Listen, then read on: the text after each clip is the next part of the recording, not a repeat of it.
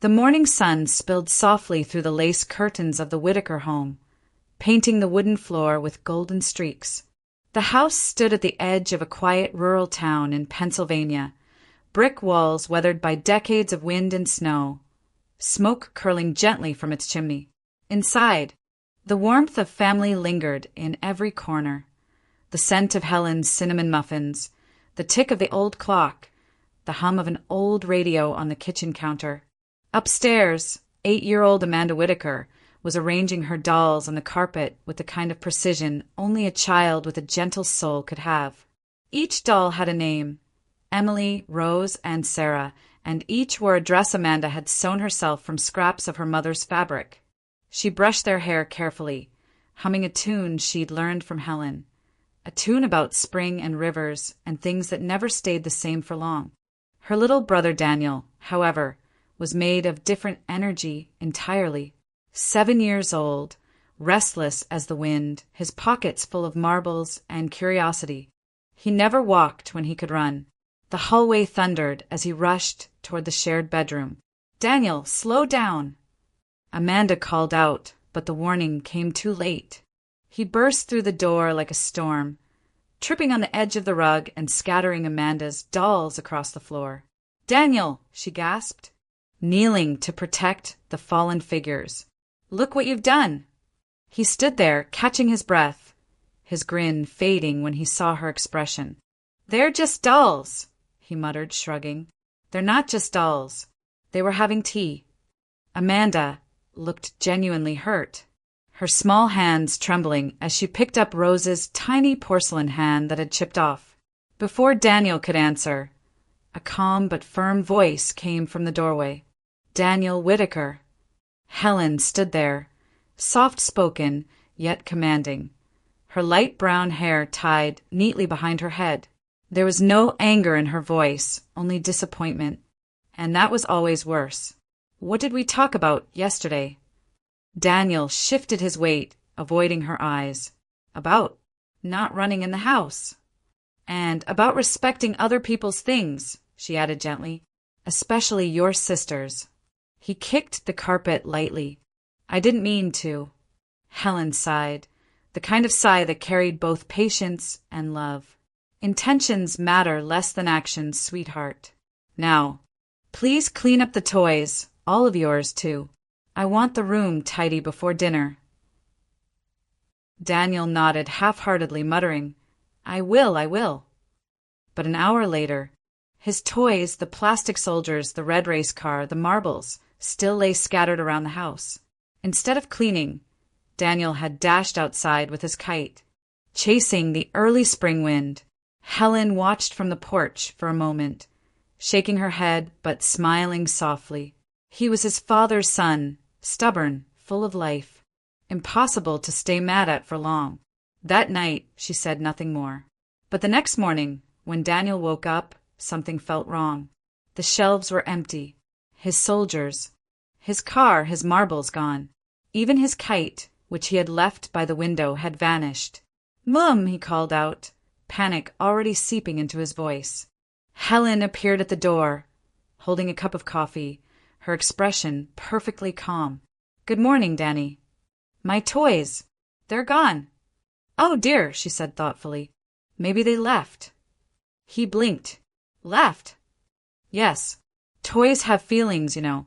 Maybe they were tired of being stepped on, or ignored, or left in the rain." Daniel stared at her, open-mouthed. "Toys can't walk away." "Perhaps not on their own," Helen said, sipping her coffee. "But sometimes, when you forget to love something, it finds someone else who will." He ran through the house, checking every corner, every drawer. Amanda watched silently from her bed, a knowing smile tugging at her lips. "I told you," she whispered as he crawled under his bed.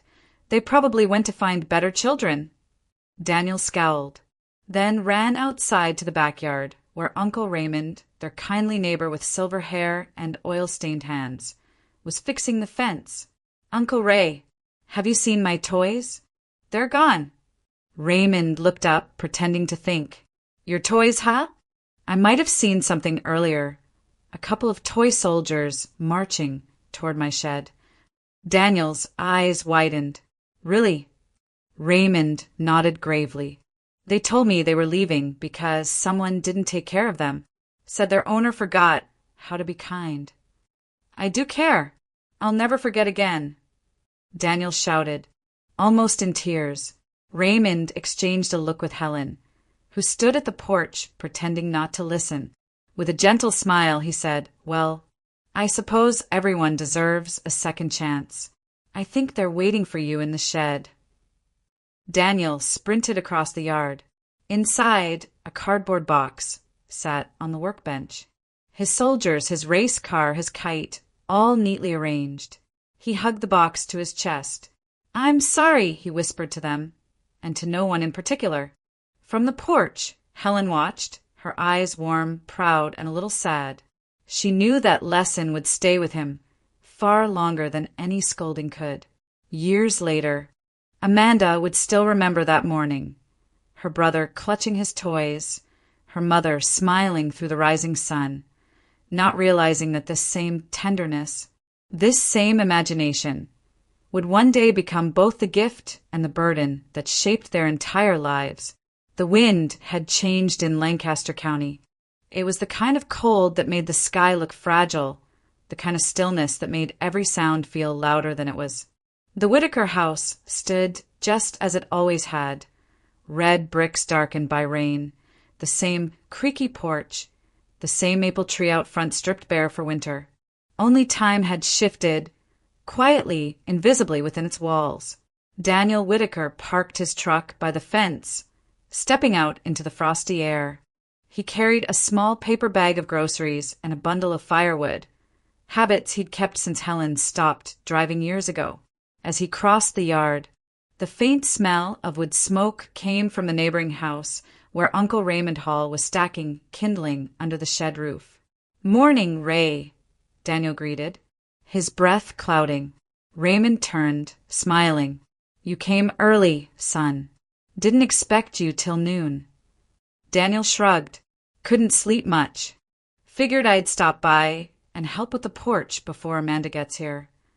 Raymond nodded and leaned his weight on the railing, his face lined but warm. How's life treating you, Danny? Daniel smiled faintly. Quiet. Kids are growing too fast. I was thinking about Mom, you know. That old story with the toys. The older man chuckled softly. The one where she made your soldiers run away. Yeah, I still remember how she convinced me they'd left because I didn't take care of them. Raymond's eyes softened. Your mother had a way of teaching without ever raising her voice. That was her gift. She was the one who asked me to hide the toys, you know. She said, let's teach the boy how to love what he has before life does it for him. Daniel smiled, a mixture of warmth and sorrow crossing his face. Sounds like her. A car door slammed in the distance. They turned to see a silver sedan pulling into the driveway. Amanda stepped out, elegant as ever, with coat, navy scarf, hair pinned back with simple grace. She had her mother's eyes, but carried them differently, with restraint rather than warmth. The city had polished her edges smooth, leaving a quiet sadness in their place. She smiled when she saw them. Hey, Uncle Ray. Danny. Raymond opened his arms. There's my girl. He hugged her gently. You look just like your mama did when she first moved here. Amanda smiled faintly. Let's hope not entirely. They laughed softly, though the air between them held an unspoken worry neither dared name. Inside the house, everything was as it had always been, the old floral wallpaper, the smell of cedar and apple pie, the grandfather clock still ticking the same rhythm it had for 40 years. But the silence felt heavier now, as though the house itself was holding its breath. Helen sat by the window, wrapped in a knitted shawl, her silver hair brushed neatly. She looked up as they entered, her face lighting with recognition, then hesitation. Danny! Mandy! She said cheerfully, using the childhood nickname she hadn't used in decades. Oh, and look who's here. She turned toward Daniel's daughter, Lucy, and smiled wide. "Amanda, sweetheart, you've grown so tall." Daniel froze. Amanda's hand tightened slightly on her coat pocket. Lucy looked at her father, confused. Helen blinked, the realization flickering and fading in her eyes like a candle. "Oh, I must be mistaken." Amanda knelt beside her. "It's okay, Mom. Lucy looks a lot like me when I was little." Helen patted her hand, her voice soft. "Of course. My girl's always so beautiful." Then she added, almost in a whisper, "Your father will be so happy to see you when he gets home." Amanda's heart clenched. The words fell into the room like snow, soft, silent, impossible to stop. Raymond glanced at Daniel, his expression careful. Daniel swallowed hard. "Mom," he said gently, "Dad's not." But Amanda caught his arm, shaking her head just enough to stop him. "Not now," her eyes said. Helen beamed. "Dinner's ready. Sit down, all of you. I made his favorite, beef stew." The table was set for four. 4 bowls, 4 spoons, a loaf of bread sliced neatly in the middle. Amanda's hand trembled as she adjusted one of the napkins. Daniel sat beside her, watching their mother pour soup into an empty bowl across from her own. Outside, snow began to fall, soft, slow flakes that clung to the window pane. No one spoke. Only the clock ticked on, steady and indifferent, marking time that none of them could hold still. When dinner ended, Helen smiled dreamily, her eyes distant. "He'll be home soon," she said again. Amanda looked down at her untouched plate, the warmth from the stew fading fast. Somewhere deep inside, she felt something shift, the first quiet crack in the fragile glass of her mother's world. The weeks after Helen's birthday blurred together like frost melting on a window pane. Quietly, imperceptibly, until one day the change could no longer be ignored. Amanda kept a small notebook by her bed in Philadelphia, filled with neat, worried handwriting. Missed doctor's appointment, stove left on, forgot to lock the back door. The list grew longer every week. Every evening, she called her mother, and every evening she heard the same tender, distracted voice. "Oh, Amanda, I was just talking to your father. You should have heard him teasing me about burning the pie again," Helen would say with a laugh too light to sound real. Amanda would close her eyes, gripping the phone a little tighter. "That sounds nice, Mom. Maybe next time you two can bake one together," she'd answer softly, pretending for her mother's sake that the past could still breathe. In Lancaster, Daniel visited on weekends. He'd find dishes left in the sink, clothes folded but placed in the freezer, and sometimes the back door open in the middle of the night. "Mom," he'd call gently, walking through the house. He'd find her in the living room, humming to the old record player, 2 teacups placed on the coffee table. "Don't wake him," she would whisper. "Your father's asleep. He had a long day." Daniel would stare at the empty armchair across from her, the same one Charles Whittaker used to sit in, reading the Sunday paper. One afternoon, Amanda drove down from the city to take her mother to the clinic. The waiting room smelled faintly of antiseptic and pine cleaner. Helen sat with her hands folded, eyes wandering toward the window. The doctor spoke in the low, careful tone of a man accustomed to delivering hard truths. "Mrs. Whittaker shows signs of early cognitive decline. It's consistent with age-related dementia," he said, his words precise and kind. "There's no cure, but medication can slow the process. What she'll need most is structure, familiarity, and supervision." Amanda nodded, numb, though the phrase "no cure" echoed like a bell in her head. Helen, on the other hand, smiled faintly, as if the doctor were talking about someone else.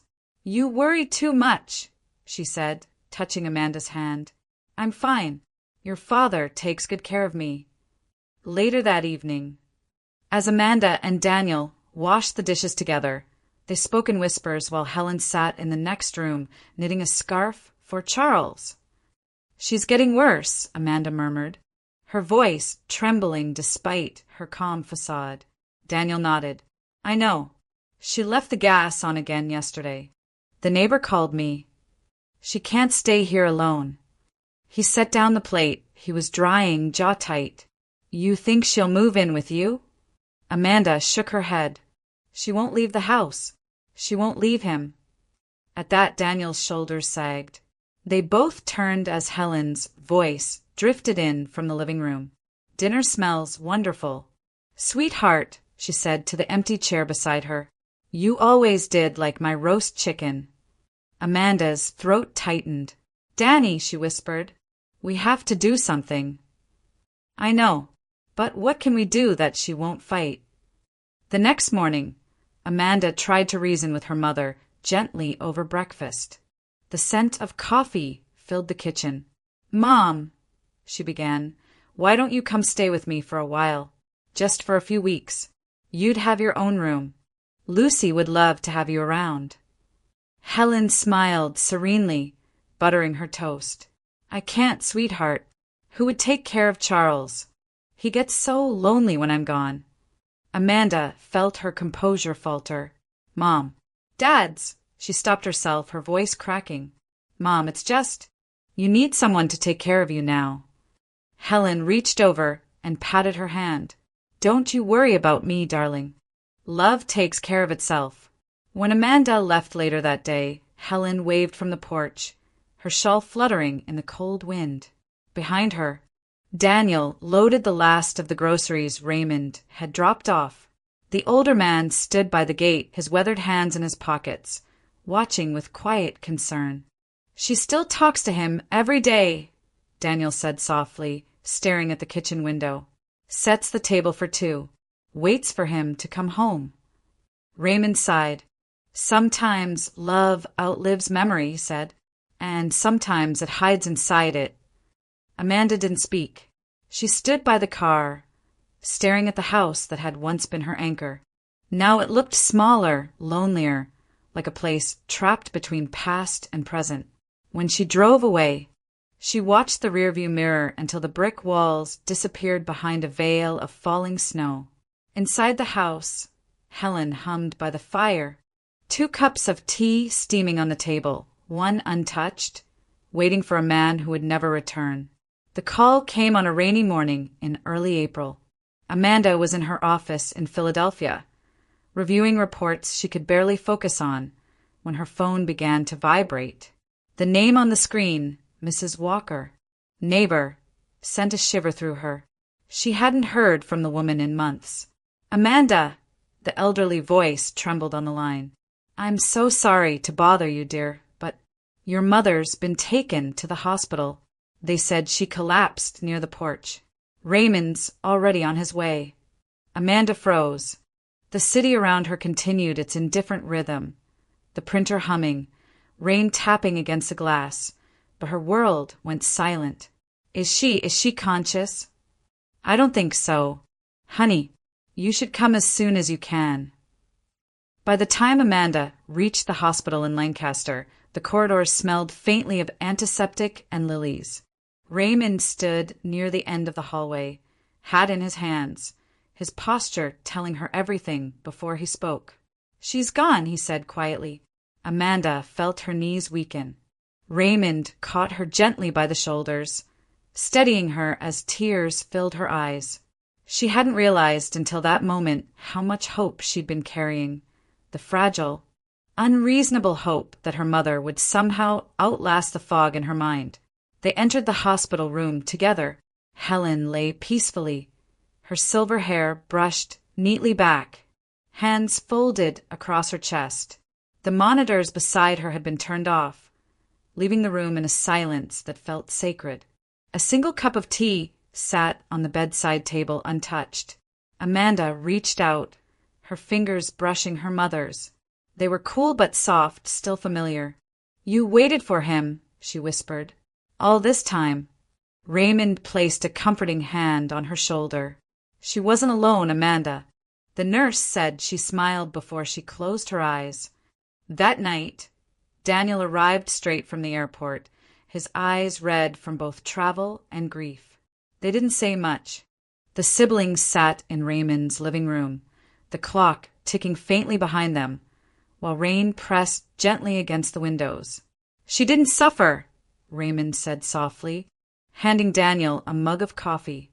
"It was peaceful, like she just drifted away." Daniel nodded, staring at the floor. "That sounds like Mom, even dying quietly." The funeral was held 2 days later at the small stone chapel near the edge of town. It was a modest gathering, neighbors, a few friends, and Raymond standing as the family's steady anchor. A simple arrangement of white roses adorned the casket. Amanda chose her mother's favorite hymn, "Abide with Me," and when the organ played, the sound filled the space like a prayer that had finally found its voice. Afterward, as they stood by the grave, the air smelled of wet earth and lilac. Daniel slipped an old photograph into the casket, a picture of their parents at the county fair, laughing, wind in their hair. "She would have wanted him to have it," he murmured. Amanda knelt, tracing her mother's name engraved on the smooth stone. The sunlight broke through the clouds just long enough to touch her cheek. For a fleeting second, she could almost hear Helen's voice, soft, reassuring, full of life. That evening, back at the family home, the air inside felt heavy but strangely calm. The kitchen clock still ticked, the floral curtains still swayed in the breeze. As though the house hadn't yet understood she was gone. Daniel leaned against the doorway. "We can't sell it," he said suddenly. "It's hers. Always was." Amanda nodded. "I know." Raymond, standing behind them, cleared his throat. "I'll look after it for you," he said simply. "I've got time. And she'd like that." Amanda turned, her eyes glistening with gratitude. "Thank you, Uncle Ray." They stood together for a long time, listening to the rain begin again. Outside, the maple tree bent slightly in the wind, its branches brushing against the window like a whisper. Inside, the house held its breath, empty now, yet still alive with memory. Helen Whitaker's presence lingered not in her voice, nor her scent, but in the way the home still felt watched over. As Amanda turned off the lights, one by one, she couldn't shake the feeling that her mother was still there, somewhere between silence and memory, waiting for the family she loved to come home again. The first snow of December drifted lazily over Lancaster County, blanketing the old Whitaker house in silence. A soft halo of light glowed from its windows, and for the first time in a long while, laughter would fill its rooms again. Amanda pulled up the driveway, the car tires crunching over ice. Inside the back seat, her daughter, Emily, pressed her face to the glass. "Mom, it looks just like in the photos," she whispered. Amanda smiled faintly. "It does, except it used to feel warmer." Daniel's truck was already there, parked beside the porch. The faint sound of carols came from inside, Raymond's doing, no doubt. He'd promised to make the place look alive again, and true to his word, a pine wreath hung on the front door, tied with a red ribbon that fluttered in the cold. When Amanda stepped inside, warmth and cinnamon greeted her. Raymond was in the kitchen, sleeves rolled up, carving a ham while Daniel untangled a mess of Christmas lights on the living room floor.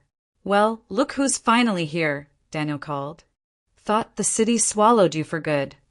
Amanda took off her gloves, smiling. Traffic was terrible. Emily insisted on stopping for hot chocolate. Emily ran past her mother, eyes wide as she explored the house she'd only heard about in bedtime stories. "Uncle Danny, is this where you broke Mom's doll?" she asked, pointing toward the living room. Daniel laughed, guilty as charged. Raymond looked up from the counter, chuckling. "And don't forget who had to glue it back together." The old man's voice still carried the calm warmth that had anchored their childhoods. Time had slowed his movements, but not his humor. He handed Amanda a mug of mulled cider. "You did good, kid. It's time this house saw life again." As evening fell, the tree went up, crooked. As always, Daniel's wife and children joined, their laughter echoing through the hallways as garlands and tinsel filled the air with color. Emily found herself drawn to a corner of the room where, half hidden beneath a stack of boxes, sat a cardboard package covered in dust. "Mom," she called. "What's this?" Amanda walked over and froze when she saw the label. "To Mom, with love, Amanda and Daniel." The box was still sealed. Inside was the multi-cooker they'd bought for Helen's 60th birthday, the one she'd never opened. Emily looked up, curious. "Grandma never used it." Amanda brushed the dust away, gently. "No," she said softly. She said she'd wait for the right occasion. The room fell into a brief silence. Even the carols seemed distant. Then Raymond broke it with a tender chuckle. "Well, I'd say Christmas Eve counts." They unpacked it together, the smell of fresh metal mingling with cinnamon and pine. Daniel read the instructions aloud in exaggerated seriousness, and the children laughed when he fumbled with the settings. Soon the kitchen filled with the hiss of steam and the scent of beef stew, Helen's old recipe, the same one she'd made every Christmas Eve. Dinner was warm and simple. The candles flickered as the snow outside deepened. Stories replaced silence. Raymond recalled how Helen had once hidden their toys to teach them responsibility. Daniel told Emily about the time he'd accidentally set the curtains on fire trying to help their mother bake cookies. Amanda listened, smiling, though her chest ached with the weight of memory. Every sound, every scent felt like a conversation with ghosts. Later that night, after everyone had gone to bed, the house settled into quiet again. The clock ticked steadily, just as it always had. Amanda couldn't sleep. The walls seemed to hum with the echoes of her mother's voice. She rose, wrapped a blanket around her shoulders, and walked down the dim hallway toward Helen's old room. The door creaked open, releasing a faint whiff of lavender and dust. The room was exactly as her mother had left it. Bed made neatly, curtains drawn halfway, a small lamp on the dresser. Amanda sat on the edge of the bed, running her fingers across the worn quilt. Under the lamp, a photo album sat waiting, its leather cover cracked with age.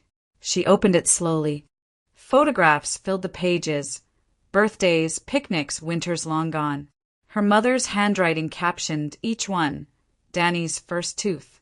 Amanda's recital, Our Family, Christmas, 1992. A tear slipped down her cheek before she could stop it. She turned another page and smiled through the blur. "Oh, God!" she whispered, laughing softly. The New Year's salad photo. The memory unfolded vividly. The year Daniel had tripped carrying the bowl of Olivier salad, sending it flying across the table and onto Amanda's dress. Their father had laughed until he couldn't breathe, and their mother had insisted on taking a picture of the chaos. Daniel's voice came from the doorway. "You're still awake too?" Amanda turned, startled but smiling. "Couldn't sleep. The house feels alive again." He stepped in, looking older than she remembered. "You found the album." She nodded. "Look at this." She handed him the photo. "You ruined Mom's best tablecloth that night." Daniel laughed quietly, sitting beside her. She didn't care. She said it was proof our family knew how to have fun. They sat together for a long while, flipping through pages, the sound of the old clock marking each quiet moment. Outside, snow fell against the window pane, soft and unhurried. "Do you ever think," Amanda murmured, "that she knew we'd end up here again?" Daniel looked at her, thoughtful. "I think she always hoped we would." Amanda closed the album, resting her hand on the cover. The silence that followed wasn't empty. It was full, warm, and fragile, like breath on glass. Neither of them spoke as they turned off the light and left the room. Behind them, the album remained on the nightstand, open to a photograph where a mother laughed with her children under a crooked Christmas tree, capturing, without knowing it, the last perfect moment before time began to take everything away. The house had grown quiet again. The clock downstairs chimed once, then sank back into silence. Outside, snow fell heavier now, veiling the world in white. The others slept, Raymond in the guest room, Daniel's kids curled up on the couch. Only Amanda was awake. She had returned to her mother's room, drawn by something she couldn't name. The soft glow from the hallway light spilled across the floorboards as she stood by the dresser, running her fingers along the edge of the photo album they'd left earlier. The air smelled faintly of lavender and old wood. Something above the wardrobe caught her eye. A small cardboard box half covered in dust. "Danny!" she whispered, stepping out into the hallway.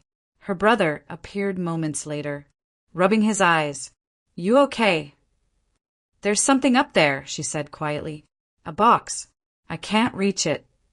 He sighed, still half asleep, but crossed the room and dragged a chair toward the wardrobe. "You and your midnight archaeology," he muttered with a faint smile. When he lifted the box down, a thin layer of dust drifted into the air. As he did, something fluttered to the floor, a photograph, yellowed and bent at the corners.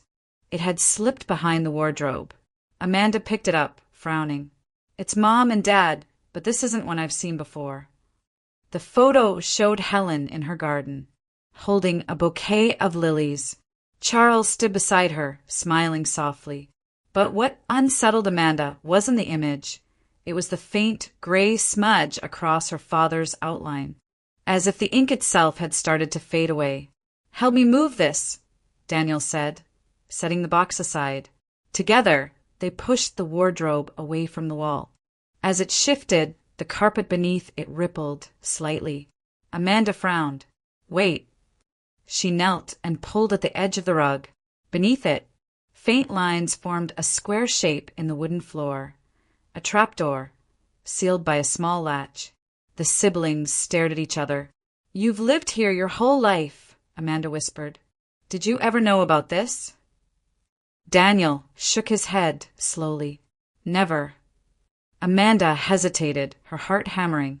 Maybe we shouldn't, but Daniel was already kneeling, pulling the latch. The door creaked open with a low groan, and a faint, sour smell rose from below. Something old, damp and forgotten.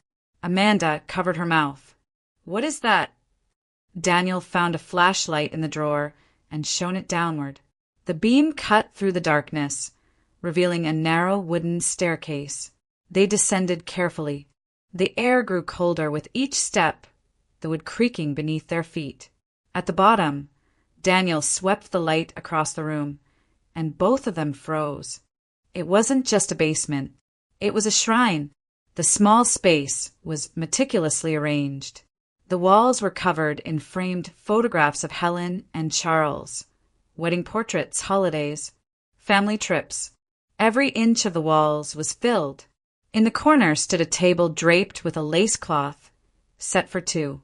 On it, two plates sat side by side, their contents long spoiled, gray, mold-specked food untouched for months. 2 glasses of wine remained, one half empty. Amanda felt her breath catch. "Danny!" Then Daniel's flashlight beam moved again and stopped. At the table's far end sat a chair, and in that chair, upright and still, was a figure, a mannequin. It was dressed in Charles Whittaker's old gray suit, the same one from their parents' wedding photo. A faded tie hung loosely from its neck, and a wig of thinning brown hair rested unevenly on its head. Someone, Helen, had carefully glued a trimmed mustache to its plastic face. Amanda stepped back, her voice barely a whisper. "Oh my God!" The air pressed against them, heavy and suffocating. She could almost hear her mother's voice echoing in the room. "Your father takes good care of me." Daniel's hand trembled as he held the flashlight. She was talking to this. Amanda nodded slowly, tears filling her eyes. "She lived down here, didn't she? She set the table, talked to him, like he never left." The flashlight flickered, throwing shadows across the walls. Dozens of photographs stared back at them. Helen smiling beside the mannequin, her arm looped lovingly through its stiff plastic elbow. Amanda pressed her hands to her mouth to stop herself from crying. She wasn't losing her mind, she whispered. She was trying to keep him alive. Daniel swallowed hard, unable to look away. She must have built this after Dad died. When she started forgetting, she just came down here instead of upstairs. For a long moment, neither of them moved. The only sound was the faint drip of water somewhere in the distance. Then a creak echoed behind them. Raymond stood at the top of the stairs, his face pale in the dim light. "What's going on down there?" he called softly. "Ray," Daniel said hoarsely, "you need to see this." The old man descended slowly, gripping the railing. When his eyes met the scene below, he froze. The flashlight beam lingered on the table, the mannequin, the photographs. All the evidence of a woman's loneliness turned into ritual. He took off his cap and held it to his chest. "Helen," he whispered, "what did you do to yourself?" Amanda turned toward him, tears running freely now. "She just wanted to be with him," she said, her voice breaking. She couldn't let go. Raymond's gaze moved over the room, over the photographs, the plates, the wine glasses. His jaw trembled as he spoke. She was always too tender for this world. Loved so deep it hurt her. Amanda nodded, unable to speak. They stood there, together, surrounded by the remnants of a love that had outlasted reason. The flashlight's beam wavered across the table, resting on the untouched glass of wine, then on the mannequin's still face, painted with care, but lifeless all the same. Above them, the floorboards creaked softly, as if the house itself were exhaling. Raymond finally broke the silence. "Let's go," he said quietly. "Let her rest now." Amanda looked one last time at the small, tragic world her mother had built, a place frozen between memory and devotion, and nodded. As they climbed back up the stairs, she could still feel it, the quiet pulse of love lingering in the air, too strong to die, too lonely to stay sane. For a long moment, none of them spoke. The air in the small basement seemed to thicken around them, heavy with dust, memory, and something almost sacred. Amanda stood motionless, her eyes on the mannequin, on the stillness that had once been her mother's refuge. Daniel leaned against the wall, the flashlight trembling slightly in his hand. Raymond removed his cap, his face pale and drawn. It was Raymond who finally broke the silence. His voice was low, steady, almost reverent. "Let's not tell anyone," he said. "Let her rest. The world wouldn't understand this." Amanda nodded slowly, tears running down her face. "She just wanted to keep him close," she whispered. Daniel's throat tightened. "She lived in this for years, and none of us knew." Raymond sighed, a sound that seemed older than time itself. "Some love doesn't die. It just forgets how to leave." He glanced at the room one last time. "Come on, kids. Let's put things right." Amanda found an old rag and began wiping the table with trembling hands. The food had decayed into shapeless gray, and when she moved the plates, the smell rose sharper. Daniel carried them upstairs in a trash bag, silent. Raymond gathered the photographs that had fallen to the floor, stacking them neatly in a small pile. They worked in quiet understanding, each movement careful, almost ceremonial. When Daniel returned, he helped his sister pull the lace cloth from the table. It tore slightly at the edges, brittle with time. Amanda folded it gently, as though afraid to hurt it. "Should we?"